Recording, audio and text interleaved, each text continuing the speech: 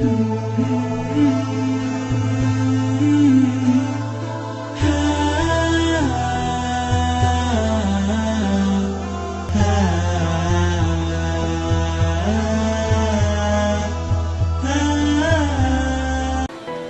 ala Nabi Muhammad. Indah hidup dengan mahabbah. Sebagian orang, kenapa mereka tidak mau kumpul bersama kita? Karena satu saja, ilmu mereka ada, tapi dzauq, rasa, mahabbah, itu yang kurang. Bahkan sebagian di antara mereka, baru asar tadi saya melihat salah satu komentar di Instagram mengatakan, alhamdulillah saya semenjak lahir gak pernah maulid Nabi. Ya Allah Rabbi, kita nangis kalau nggak bisa hadir maulidan. Tapi sebagian orang bersyukur. Saya takut bukan karena mereka nggak maulid, tapi Rasulullah tidak mau namanya disebut oleh mereka. Oleh karena itu bersyukur kepada Allah. Allah Subhanahu wa ta'ala masih memberikan kepada kalian kesempatan untuk memanggil nama Allah, untuk memuji nama Rasul sallallahu alaihi wasallam. Dan jangan ditutup-tutupi. Kalau sebagian orang ingin tahu kenapa si maulid, jawab dengan ilmiah. Jangan jawabannya sembarangan. Jawabannya, kenapa kamu maulid? Kan kakek saya maulid, kakek moyang saya maulid, kok saya nggak maulid? Nah, itu bukan jawaban. Jangan takut kita melakukan segala sesuatu ini berdasarkan Al-Quran dan Sunnah. Kalau kita tidak tahu, tanya kepada guru-guru kita. Jangan takut, jangan minder. Wah takut, itu tuh anak-anak sunnah tuh, mereka Masya Allah hafal Bukhari, hafal Muslim. Kalian kira ulama-ulama kalian ahlu sunnah nggak ada yang hafal? Kalian kira ulama-ulama kalian ahlu sunnah, aswaja, orang-orang NU, orang-orang kita semua, kalian kira mereka-mereka ini tidak faham? Atau orang-orang Muhammadiyah, atau orang-orang apa saja daripada organisasi kita? Mereka orang-orang baik, mereka orang-orang alim, orang-orang cerdas. Al-Imam Syafi'i, oh kami mau ikut salaf, nggak mau ikut Imam Syafi'i. Kalian ini mazhabnya pakai Imam Syafi'i, pakai sholat pakai kunut, sholat subuh. Kami nggak mau ikut Imam Syafi'i, nggak mau ikut Imam Malik, nggak mau ikut Imam Abu Hanifah, nggak mau ikut Ahmad bin Hanbal. Ada nggak yang begitu? Kami mau langsung saja Bukhari Muslim. Ada nggak yang begitu? Pernah dengar nggak orang yang seperti itu? Ngapain pakai madhab-madhab? Nggak perlu Abu Hanifah, nggak perlu Maliki, nggak perlu Syafi'i, nggak perlu Ahmad bin Hanbal. Kami langsung Bukhari dan Muslim. Kami mau ikut salaf. Jawabannya gimana? Kamu ini mimpi atau ngaco? Kamu mau ikut salaf? Imam Ahmad bin Hanbal itu muridnya Imam Asy-Syafi'i. Imam Syafi'i itu muridnya Imam Maliki. Berarti Imam Maliki lebih dekat ke Rasulullah atau jauh? Lebih dekat ke Rasulullah SAW. Sekarang dia mengatakan saya mau ikut Imam Muslim saja, hadis Muslim. Imam Muslim itu muridnya Imam Bukhari. Imam Bukhari itu muridnya Imam Ahmad bin Hanbal. Imam Ahmad bin Hanbal muridnya Imam Syafi'i. Mana yang lebih dekat ke Rasulullah? Mau ikut salaf yang terdahulu, tapi yang diikutin Muslim. Muslim muridnya Bukhari, Bukhari muridnya Ahmad bin Hanbal, Ahmad bin Hanbal muridnya Imam Syafi'i. Mana yang lebih dekat masanya ke Rasulullah? Berarti salafan mana? Salafan mana? Salafan Imam Syafi'i. Berarti kita lebih berhak untuk menggandeng nama as-salafiyah. Paham atau tidak? Dari semenjak zaman dahulu pondok-pondok pesantren kita namanya pondok salaf atau as-salafiyah. Cuman sekarang saja sedikit berubah. Intinya jangan pernah bermusuhan. Orang nggak mau maulidan, oke, mungkin mereka ada cara yang lain yang bisa menjadikan mereka lebih dekat dengan Allah. Siapa tahu? Karena maulid tidak wajib.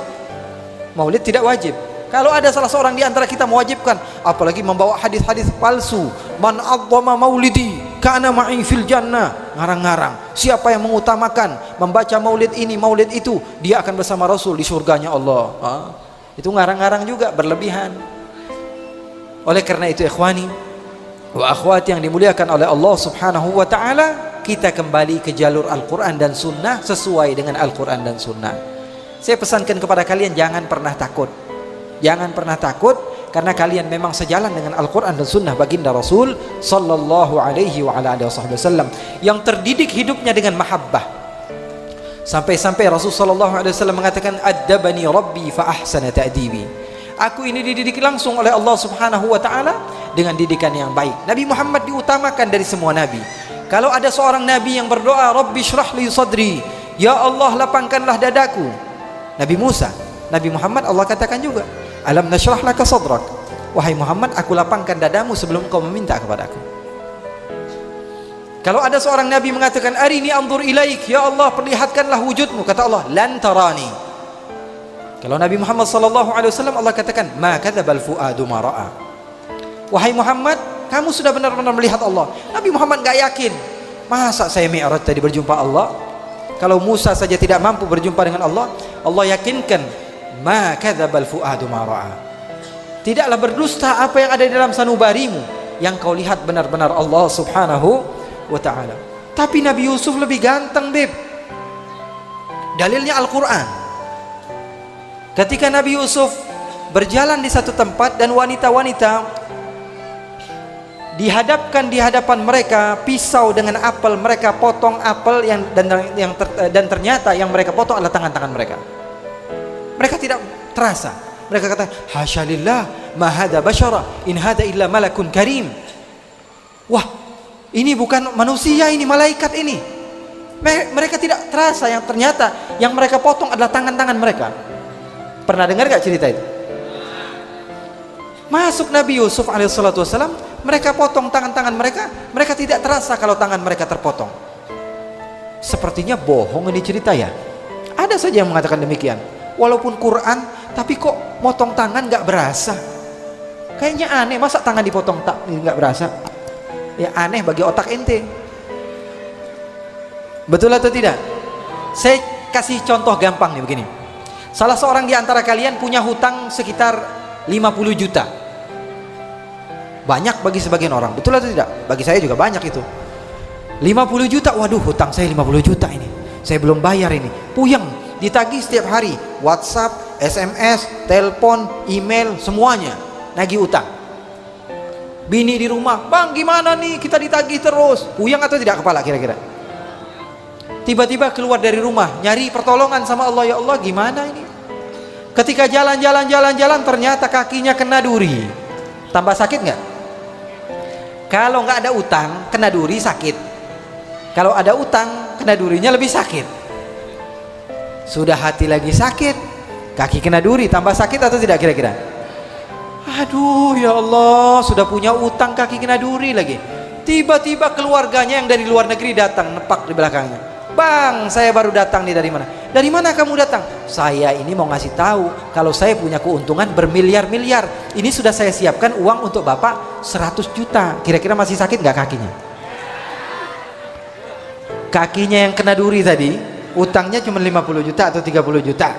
Dia dapat 100 juta, kira-kira yang kena duri masih sakit nggak? Lupa dia. Dia sudah memiliki sesuatu yang membuat pikiran dia berpikir kepada sesuatu yang lebih hebat daripada hanya sekedar duri. Masuk akal atau tidak kira-kira? Begitu juga ketika dia, seorang wanita tersebut mendapatkan musibah, tapi yang dihadapkan kepada dia adalah sesuatu keindahan daripada Allah subhanahu wa ta'ala, maka dia lupa bahwa mereka itu sedang memotong tangan mereka. Mereka mengatakan, masuk akal nggak? Sekarang masuk akal nggak?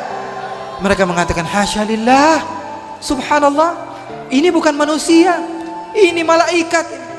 Terus sebagian mengatakan, tuh Nabi Yusuf kan hebat, ganteng. Nabi Muhammad mana? Nabi Muhammad kok ceritanya nggak ada di dalam Al-Quran? Saya mau tanya sama kalian, Al-Quran itu diturunkan untuk Nabi siapa? Kok nyeritain Nabi Muhammad ke Nabi Muhammad? Paham atau tidak? Paham atau tidak? Sekarang kalau misalnya saya datang ke Semarang, salah seorang daripada kiai terbesar di Semarang saya tidak kenal. Salah satu daripada hadirin datang kepada saya, Beb, ini kiai masya Allah, namanya Fulan bin Fulan, belajarnya di sini, orangnya keren, orangnya hebat, sehingga saya senang. Saya katakan, oh masya Allah, terima kasih, saya jadi kenal karena berkat kamu. Ini ada orang lain lagi, saya datang ke Semarang, salah seorang di antara yang hadir datang ke saya, Beb, saya mau cerita. Cerita apa? Saya barusan baca Google biografinya Habib. Saya mau ceritain Habib. Habib itu lahirnya di Palembang, tanggal segini, belajarnya di sini, besarnya di Jakarta, kemudian sekarang tinggal di Garut. Ente ngapain cerita saya sama saya? Saya jauh lebih tahu diri saya dibanding kamu. Betul atau tidak? Sekarang orang mengatakan, kok cerita Nabi Muhammad sedikit di dalam Al-Quran? Quran itu turun untuk siapa? Kalau saja ada Nabi setelah Nabi Muhammad, tentu semua ceritanya tentang Nabi Muhammad. Tapi Al-Quran ini turun untuk Nabi Muhammad SAW.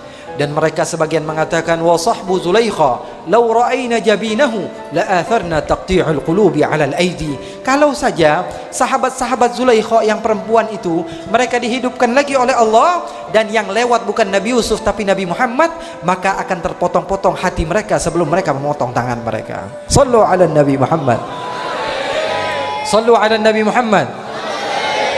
Oleh karena itu keindahan Nabi Muhammad SAW tidak ada duanya. Saya ingin memesankan kepada kalian satu poin penting. Jadikan Nabi Muhammad SAW segala-galanya bagi kalian. Salah seorang di antara ulama mereka mengatakan, "Lau ghaba anni Rasulullah tarfata ain ma adattu nafsi minal muslimin." Kalau saja Rasulullah hilang daripada fikiranku satu detik saja, maka saya tidak menganggap diri saya orang muslim. Ini orang hebat. Kok bisa sih ingat Rasulullah setiap saat? Ya bisa. Masuk masjid kaki kanan, keluar masjid kaki kiri, makannya dengan cara Rasul, masuk kamar mandi dengan cara Rasul, keluar kamar mandi dengan cara Rasul, cara tidurnya seperti cara Rasul, sunnah-sunnah Rasul dia lakukan. Ya tentu dia akan menjadi orang yang senantiasa ingat kepada baginda Rasul SAW. Sehingga Rasulullah hadir di hati dia, hadir di rumah dia, hadir di rumah tangga dia, hadir di dalam dia mendidik anak-anak mereka. Oleh karena itu, ikhwani, mungkin waktunya sudah selesai, dan insya Allah Allah subhanahu wa ta'ala berikan manfaat kepada kita semua. Amin ya Rabbal. Kurang atau kurang? Kurang atau terusin? Terusin sampai kapan? Terus? Terus? Terus? Terus katanya. Coba yang sebelah sini, terus? Terus? Sebelah sini, terus? Terus? Yang tengah coba, terus? Nah, cocok jadi tukang parkirnya. Terus. Ikhwani, insyaallah Allah subhanahu wa ta'ala memberikan kepada kita kesempatan nanti di lain waktu, insyaallah. Allah subhanahu wa ta'ala berikan kita usia yang panjang. Allah subhanahu wa ta'ala jadikan masjid ini makmur dengan kebaikan, didatangi oleh ulama-ulama yang membawa kalian kepada jalan yang lebih baik daripada jalan kalian sekarang. Dan insyaallah Allah subhanahu wa ta'ala jaga mereka-mereka kiai-kiai kita, habaib-habaib kita, mereka-mereka dengan keberadaan mereka, insyaallah aman negeri ini. Dan saya berharap kepada Allah subhanahu wa ta'ala, Allah subhanahu wa ta'ala membalas juga pemerintah yang mereka mau mendukung program-program seperti ini. Dan insyaallah Allah subhanahu wa ta'ala jadikan mereka-mereka termasuk orang-orang yang Allah balas di dunia dan di akhirat. Amin ya Rabbal Alamin. Dan kalian juga, kalian adalah pendakwah yang luar biasa hebat. Kenapa saya katakan kalian pendakwah? Karena pendakwah bukan hanya orang yang ceramah saja, tapi yang hadir juga dikatakan pendakwah. Karena nggak mungkin pendakwah saya ngomong sendirian nggak ada orang. Oleh karena itu kalian juga pendakwah. Dan dengan hadirnya kalian tempat ini, insya Allah menjadikan berkah bagi kota Semarang. Amin ya Rabbal Alamin.